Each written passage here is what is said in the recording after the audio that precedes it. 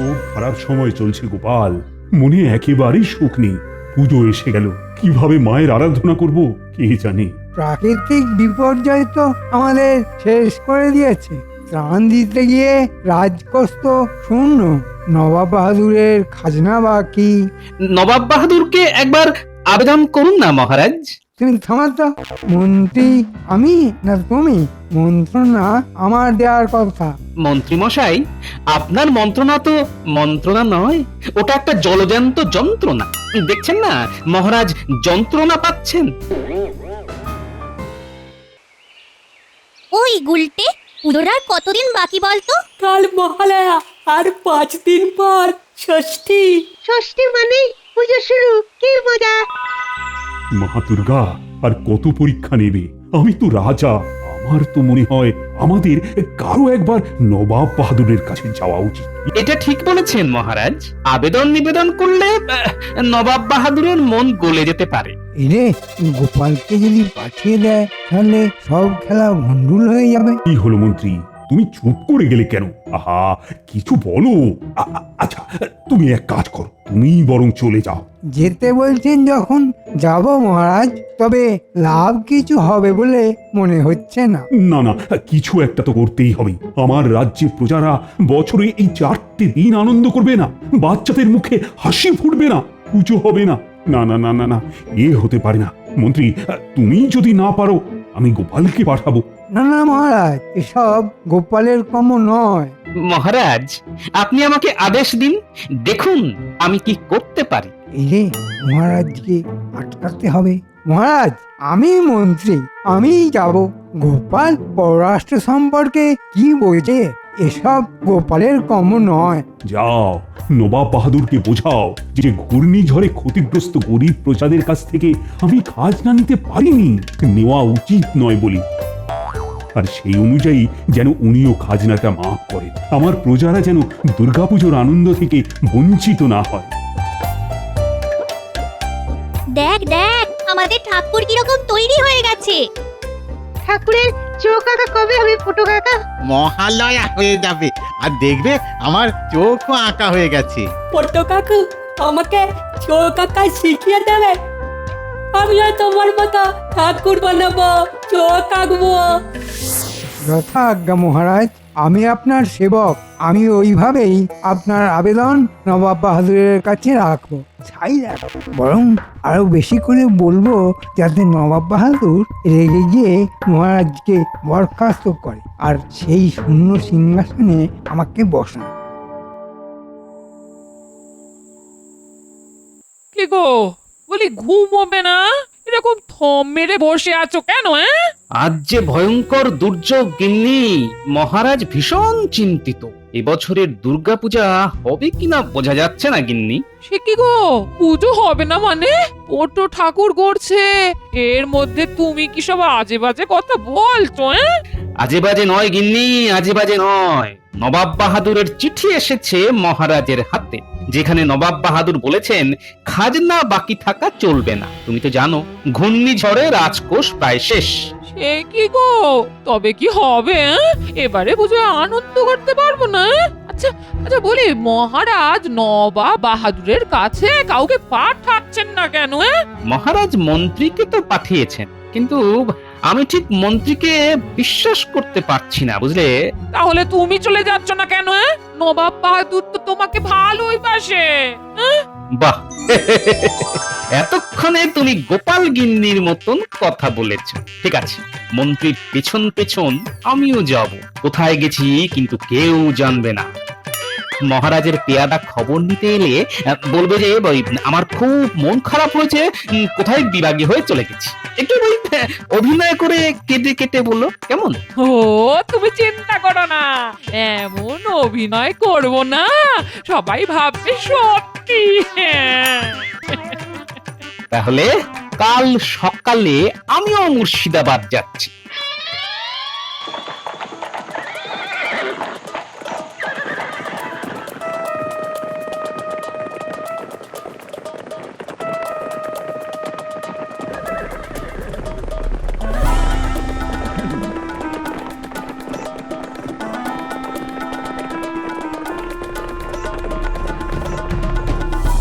বলো মন্ত্রী।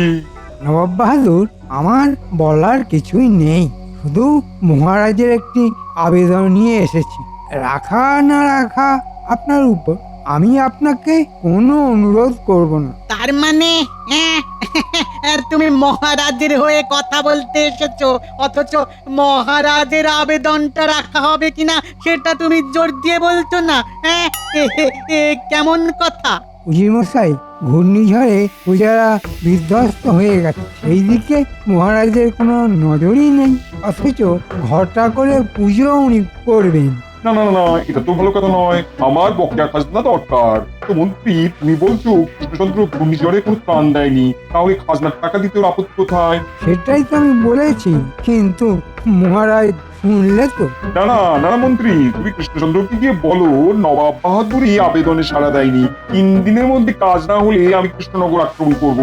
এটাই তো চাইছিলাম। নবাব বাহাদুর অত্যাচারী কৃষ্ণচন্দ্র রায়কে প্রজারা আর মহারাজ হিসাবে দেখতে চান না, এখন ওদের পছন্দ আমি। তাই বলছিলাম, নবাব বাহাদুর যদি কৃপা করে মহারাজের আসনে আমাকে বসান, তাহলে কৃষ্ণনগর রক্ষা পাবে। ঠিক আছে, সে দেখবো। এখন তুমি কৃষ্ণনগরে ফিরে যাও এবং কৃষ্ণচন্দ্রকে বলো খাজনার অর্থ প্রস্তুত করতে, কেমন? জো হুকুম নবাব বাহাদুর, শুধু আমার আবেদনটা একটু দেখবেন। আমি এখন আসছি। বুঝি কৃষ্ণচন্দ্রের মন্ত্রী যা বলে গেল তা কি বিশ্বাসযোগ্য? একটু তদন্ত করলে হয় নবাব বাহাদুর, কারণ মন্ত্রিত্ব আবার রাজা হবার শখ। আমাকে আমাকে একটু ভাবতে দাও। কি হলো, গোপালের বাড়িতে গিয়ে কিছু খবর পেলে? মহারাজ, গোপাল গিন্নি কাঁদতে কাঁদতে বলল সকালবেলা গোপাল কোথায় যেন চলে গেছে। হ্যাঁ, কোথাও চলে গেছে মানে? খুব মনের দুঃখ পেয়েছিল, তাই চলে গেছে। এ কি কাণ্ড! দূর, ভালো লাগে না ছাই। মহারাজ, কিছু একটা করুন, গোপাল যে আর নাই। কোথায় যেতে পারে বলতো গোপাল?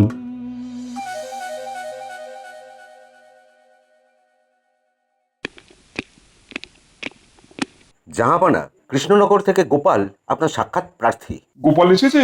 ঠিক আছে, পাঠিয়ে দাও। এক্ষুনি পাঠিয়ে দিচ্ছি জাহাপানা। কি ব্যাপার বলো তুজির, মন্ত্রী গেল সকালে, বিকেলে গোপাল চলে এলো। নবাব বাহাদুরের জয় হোক। বলো গোপাল, কি খবর? তুমি কি খবর নিয়ে এসেছো? আর কি খবর নিয়ে আসবো নবাব বাহাদুর? মহারাজ তো মরমে মরে আছে, রাজকোষ শূন্য। তাও তো ধুমধাম করে তোমাদের দুর্গাপুজো করতেই হবে। কৃষ্ণচন্দ্র খাজনার টাকা দিবে না, অথচ পুজো করবে। সে কি নবাব বাহাদুর, মন্ত্রী মশাই বলেননি? নতুন আর কি বলবে? নতুন আর কি বলবে? তোমাদের মন্ত্রী এসে বললে গেল যে ঘূর্ণিঝড়ে মহারাজা তার প্রজাদের কোনো সাহায্যই করেনি, সব পয়সা জমিয়ে রেখেছে পুজো করবে বলে। মন্ত্রী মশাই এই এত বড় মিথ্যে কথাটা বলতে পারলেন? মিথ্যে কথা বলছো কি গোপাল? আমি ঠিক এটাই ভেবেছিলাম যে মন্ত্রী মশাই এসে এটাই বলবেন। হ্যাঁ, তাই আমি কাউকে কিছু না বলে আপনার কাছে সোজা চলে এসেছি নবাব বাহাদুর। ঘূর্ণিঝড়ের তাণ্ডবে মহারাজ ত্রাণ দিতে গিয়ে পুরোপুরি কোষাগার শূন্য করে ফেলেছেন নবাব বাহাদুর। এরপর গরিব প্রজাদের কাছ থেকে কোনো খাজনা তিনি নেননি। তাই আমাদের মন্ত্রীকে দিয়ে আপনার কাছে আবেদন জানিয়েছিলেন যে আপনি যাতে খাজনা মাফ করে দেন। গোপাল, তুমি বলছো বলে আমি বিশ্বাস করলাম। জাহাপনা, আমি প্রথমেই আপনাকে বলেছিলাম না মন্ত্রীর ব্যাপারে? কি রকম যেন একটা গন্ধ লাগছিল। আমি আমি এত বড় একটা পাপ করতে যাচ্ছিলাম। গোপাল, তুমি ভাগ্যিস বুদ্ধি করে এখানে এসেছিলে। আমি তোমাদের পুজো দেখতে যাব। আমি অবশ্যই তোমাদের পুজো দেখতে যাব। পরম সৌভাগ্য নবাব বাহাদুর, আমি মহারাজের তরফ থেকে আপনাকে আমন্ত্রণ জানালাম আমাদের পুজোয় এসে আপনি প্রসাদ গ্রহণ করবেন। ঠিক আছে গোপাল, তুমি কৃষ্ণচন্দ্রকে কি বললাও যে আমি এবারের মতন খাজনা মাফ করলাম, কেমন? মন্ত্রী মশাইকে একটু ঝুলিয়ে রাখি। আমি যে আপনার এখানে এসেছি সেটা আমি মহারাজকে বলবো, কিন্তু রাজসভার আর কেউ জানবে না। আপনিও একটা নকল চিঠি মহারাজকে লিখবেন, কেমন? নকল চিঠি? তাতে কি লেখা থাকবে? তাতে হুমকি থাকবে। মন্ত্রী মশাইয়ের কথা মতো আপনি মহারাজকে হুমকি দেবেন, আর মহারাজ ভয় পাবার অভিনয় করবেন, আর মন্ত্রী মশাই খুব খুশি হবেন। আর পুজোর দিন সকালবেলা আপনি নিজে উপস্থিত হবেন, পুজো মণ্ডপে পুজো হবে, ভোগ গ্রহণ করবেন, আর আমাদের কৃষ্ণনগরের সমস্ত প্রজা আপনার জয়ধ্বনি দেবে। বাবা বাবা বাবা, কি উত্তম প্রস্তাব। ঠিক আছে, এই গোপনীয়তা বজায় থাকবে। আর তোমাদের পুজো উপলক্ষে আমি তোমাকে 100 মোহর উপহার দিলাম। নবাব বাহাদুরের জয় হোক। আমি এখন আসি নবাব বাহাদুর। রাতে সবার অলক্ষ্যে মহারাজের সঙ্গে দেখা করাটা আমার খুব প্রয়োজন। তোমাকে কৃষ্ণনগর পাঠানোর দায়িত্ব আমার, যাতে করে তুমি নির্বিঘ্নে মহারাজের সঙ্গে দেখা করতে পারো। পুজোর পরেই আমি এই কৃষ্ণনগরে রাজা হচ্ছি। হুম, 7 মণ তেলও পড়বে না আর রাধাও নাচবে না। হ্যাঁ, মানে তুমি কি বলতে চাইছো? ওই তোমার রাজা হওয়া নিয়ে একটা ভবিষ্যৎবাণী করলাম আর কি। গিন্নি, তুমিও? হায় রে আমার কপাল। পাল, তুমি কোথায় গিয়েছিলে? তোমার গিন্নি বলল তুমি নাকি দুঃখের সকালবেলা কোথাও বেরিয়ে গেছো। ওই নির্দেশই দেওয়া ছিল মহারাজ। আমি আপনাকে না জানিয়ে মুর্শিদাবাদে গিয়েছিলাম মহারাজ। তোমার সঙ্গে মন্ত্রীর দেখা হয়েছে? পাগল নাকি? কেউ জানে না, আর কাউকে জানাবেন না। জানলে খেলাটা নষ্ট হয়ে যাবে মহারাজ। খেলা? কিসের খেলা? পুজো নিয়ে একটা বিচ্ছিরি খেলায় মেতেছিলেন আমাদের মন্ত্রী মশাই, এবং নবাব বাহাদুরকেও মহারাজের বিরুদ্ধে লড়িয়ে দিয়েছিলেন। আমি একটা আন্দাজ করে এই কাউকে কিছু না জানিয়ে মুর্শিদাবাদে নবাব বাহাদুরের কাছে যাই। ওখানে গিয়ে শুনি মন্ত্রী মশাই আপনার নামে নবাব বাহাদুরের কানে মন্ত্রণা দিয়েছেন। সর্বনাশ! এত এত বড় স্পর্ধা মন্ত্রী! কালকেই মন্ত্রীকে কারাগারে নিক্ষেপ করো। না মহারাজ, না। নবাব বাহাদুর শাস্তি দেবে মন্ত্রী মশাই। আপনি এমন ভান করবেন যে আপনি কিছুই জানেন না, এবং মন্ত্রী মশাইয়ের সঙ্গে দারুণ ব্যবহার করবেন, যাতে মন্ত্রী এসে কিচ্ছু বুঝতে না পারে। আর একটা কথা, এই নাটকটা কিন্তু চালিয়ে যেতে হবে ষষ্ঠী পর্যন্ত। নাটক মানে? নবাব বাহাদুর আপনাকে নকল হুমকি দেওয়া চিঠি পাঠাবেন, আপনি নকল ভয় পাবেন, মন্ত্রী মশাই আসল আনন্দ পাবেন। এটাই তো মজা। তারপর নোটে গাছটা মুড়বে। আমি কালকে খুব দেরি করে রাজসভায় আসবো। রাজসভায় আসার পর আপনি আমাকে খুব ধমকাবেন। বুঝলাম। ঠিক আছে গোপাল, দেখবে দেখবে আমার অভিনয়টা কিরকম। দেখবেন মহারাজ, অতি অভিনয় করে আবার সবটা মাটি করে দেবেন না। সভায় তো সবাই উপস্থিত, একমাত্র গোপাল ছাড়া। কাল থেকে গোপাল কোথায় বিভাগী হয়ে গেছে কে জানে। মহারাজ, গোপাল হলো সুখের পায়রা। আপনার সুখের সময় ছিল যে দুঃখের সময় এসেছে। গোপাল বিভাগী হয়ে কেটে পড়েছে। ঠিক বলেছ মন্ত্রী, ঠিক। আসুক একবার। ওকে এই রাজসভা থেকে যদি দূর না করে দিয়েছি, তো আমার নামও কৃষ্ণচন্দ্র রায় নয়। মহারাজের জয় হোক। নবাব বাহাদুরের কাছ থেকে লোক এসেছে মহারাজ, আপনার সঙ্গে দেখা করতে চায়। এই তো নবাব বাহাদুরের চিঠি। তার মানে মহারাজের মৃত্যু ঘন্টা। কি মুশকিল, আবার চিঠি! ও মন্ত্রী, নবাব বাহাদুরকে তুমি আমার আবেদনের কথা কি জানিয়েছো? কি বললে নবাব বাহাদুর? মহারাজ, আমার আবেদন নিবেদনের হার হলো। নবাব বাহাদুর খাজনা মাফ করেননি। আমি হাতে পায়েও ধরেছি। মন্ত্রী, তুমি ডালে ডালে গেলেও আমার গোপাল যায় পাতায় পাতায়।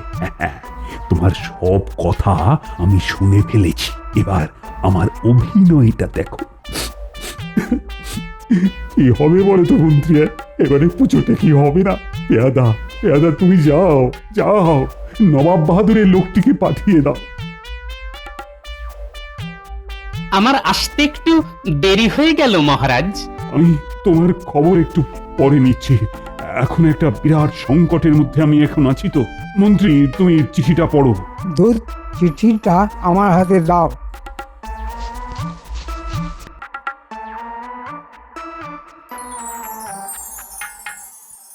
মহারাজ, নবাব বাহাদুর তো হুমকি দিয়েছেন। হুমকি? কি সর্বনাশ! কি লিখেছেন?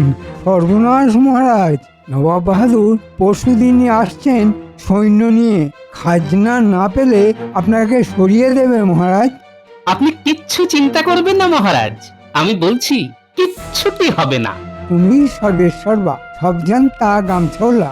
এই ভয়ঙ্কর সময়ে এত দেরি করে রাজসভায় কেন?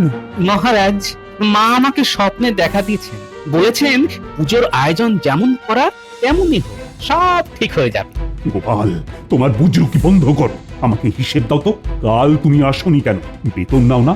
রাজসভায় প্রতিদিন আসা তোমার কাজ। তোমার একদিনের বেতন কিন্তু কাটা যাবে। আজকের বেতনটাও কেটে নিন মহারাজ। ঠিক বলেছো, তোমার আজকের বেতনই কাটা। তখন কি করবেন মহারাজ?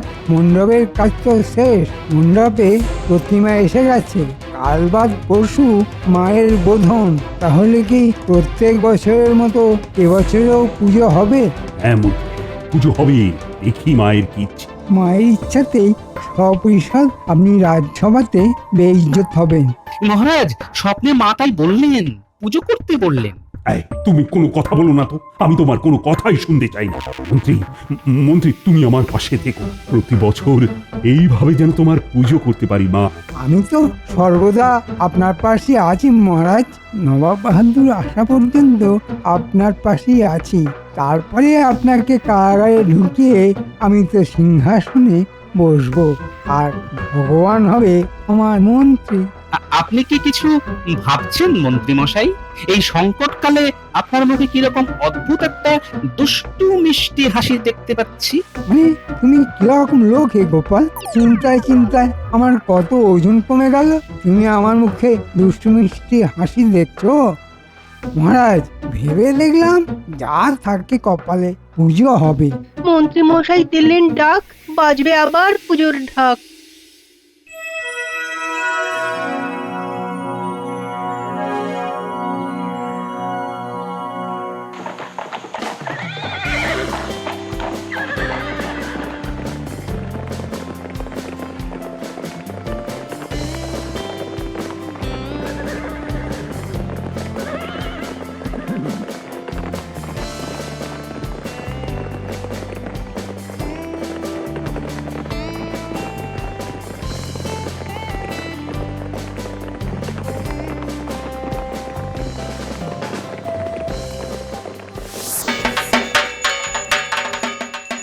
ওং রূপং দেহি জয়ং দেহি যশো দেহি ত্রিশো দেহি। এইবার ঢাকি ঢাক বাজাও, ঢাক বাজাও।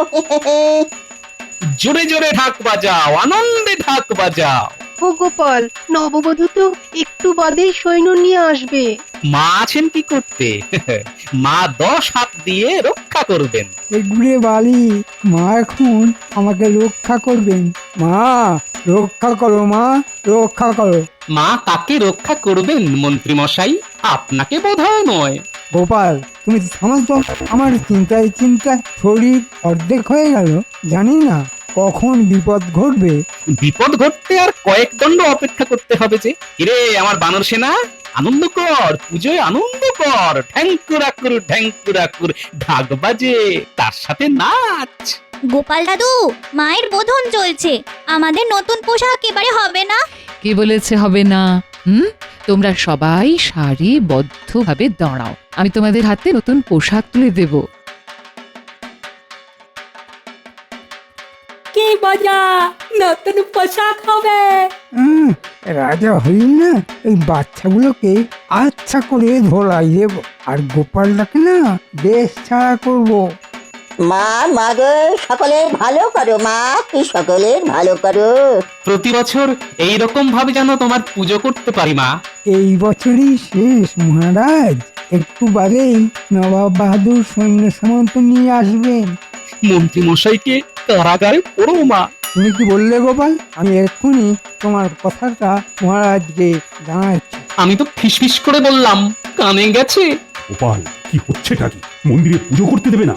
দেখুন না মহারাজ, গোপাল বলে কিনা মন্ত্রী মশাইকে কারাগারে পড়ো মা। আমার কানের কাছে ফিসফিস করে বলছে। হ্যাঁ বলছে বুঝি? পুজোর সময় ক্ষমা করতাম। গোপাল, বাচ্চাগুলো কোথায় গেল? সবাই চলে গেছে, এক্ষুনি নতুন পোশাক পরে হইচই করতে করতে মণ্ডপে আসবে। গোপাল, বাচ্চাদের আনন্দটাই আনন্দ। আমি তো এই ছোটদের চোখ দিয়ে পুজো দেখি। এই মন্ত্রী, তুমি কিসের চোখ দিয়ে পুজো দেখো? শকুনের চোখ দিয়ে মহারাজ। গোপাল, বাড়াবাড়ি করছো কিন্তু। ক্ষমা ক্ষমা ক্ষমা মন্ত্রী, এসব তুচ্ছ লোককে ক্ষমা করে দাও। আপনি বললেন বলেই ক্ষমা করলাম।